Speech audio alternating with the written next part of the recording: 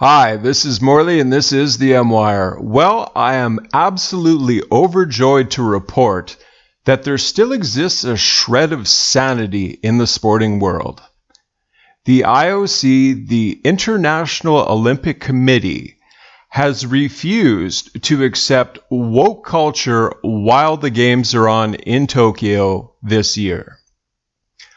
It warms the very cockles of my heart to see that. To see that an international event such as the Olympics, they're doing their best, at least from it being politicized, which is precisely what we need. Just ask the NBA, Major League Baseball, and the NFL, and they will soon be able to give you a clinic on what getting woke and going broke really means. A big shout out to my new subscribers. If you haven't already subscribed, please do so, as that would greatly support the channel. And of course, as expected, there is huge backlash from the left on this. But of course, that comes to no one's surprise. At a bare minimum, you have to at least acknowledge the IOC's attempt from the games being politicized. We already know what they're going to say, but I mean, it's funny just the way they put it and how they rationalize it. I get a kick out of it. The International Olympic Committee, IOC, this week reaffirmed contentious rule that bans athletes from engaging in political speech or silent acts of protest, specifically stating the phrase Black Lives Matter, would be banned at this year's Games in Tokyo, Japan. Taking a knee or lifting a fist in support of racial equality during the games would not be allowed.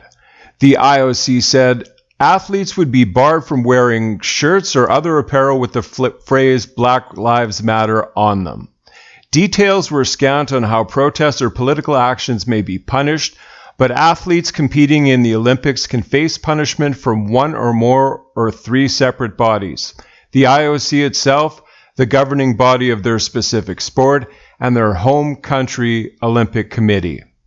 If I were a member of the IOC, if I saw any BLM stuff anywhere on the Olympic Village, anywhere like that, they would immediately be disqualified from their respective event. Just pack your bags and go home. No, there's nothing to talk about. You knew the rules. If you don't agree with the rules, guess what? No one is asking you to compete in these games. It's a privilege to compete in these games. If you don't think it is, no one is holding you hostage here at the Olympic Village to compete. Just pack your bags and go home.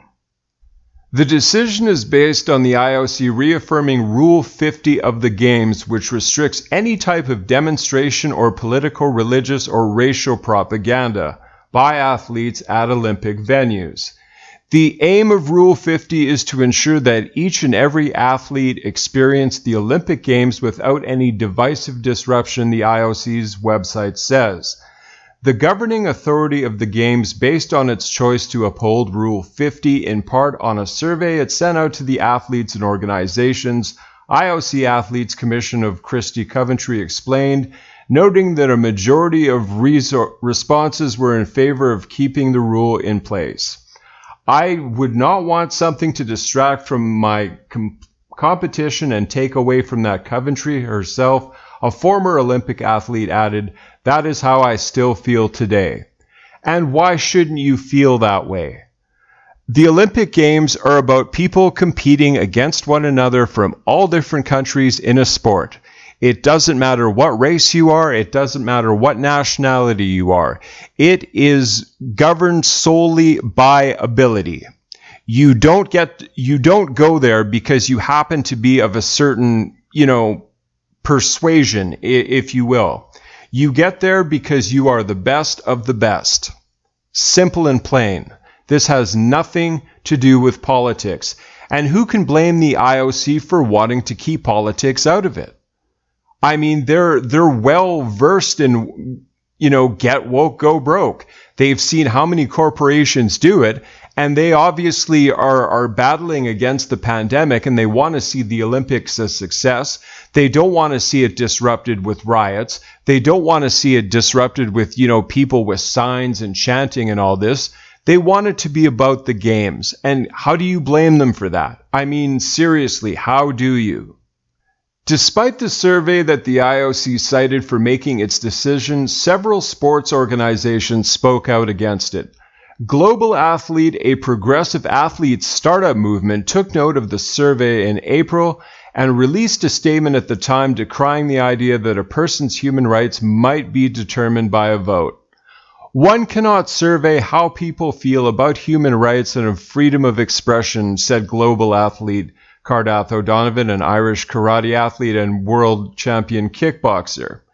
These types of surveys only empower the majority when it is the minority that wants and needs to be heard.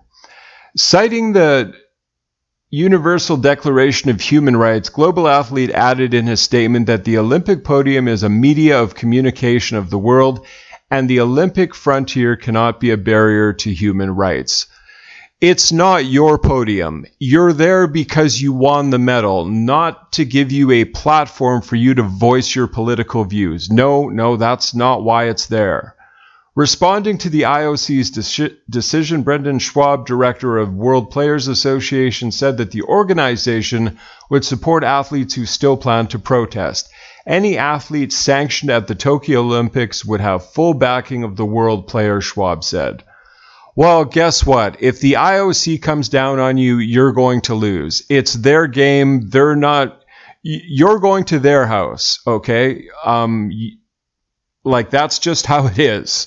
It's their rules. If you don't like it, don't compete.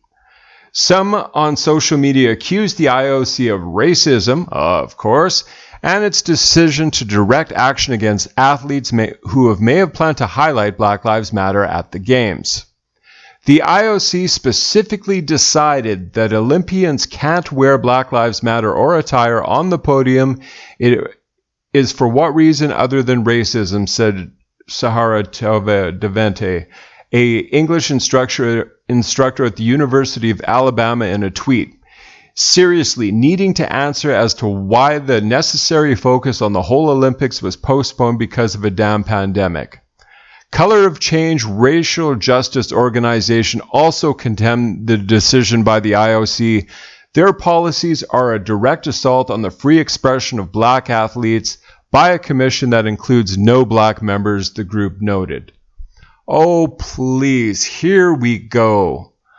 I mean, can't we just have one sporting event where there's no virtue signaling, there's no racially charged speech or demonstration at the beginning, and simply have games of competitive sport where athletes compete against one another, and putting all that aside?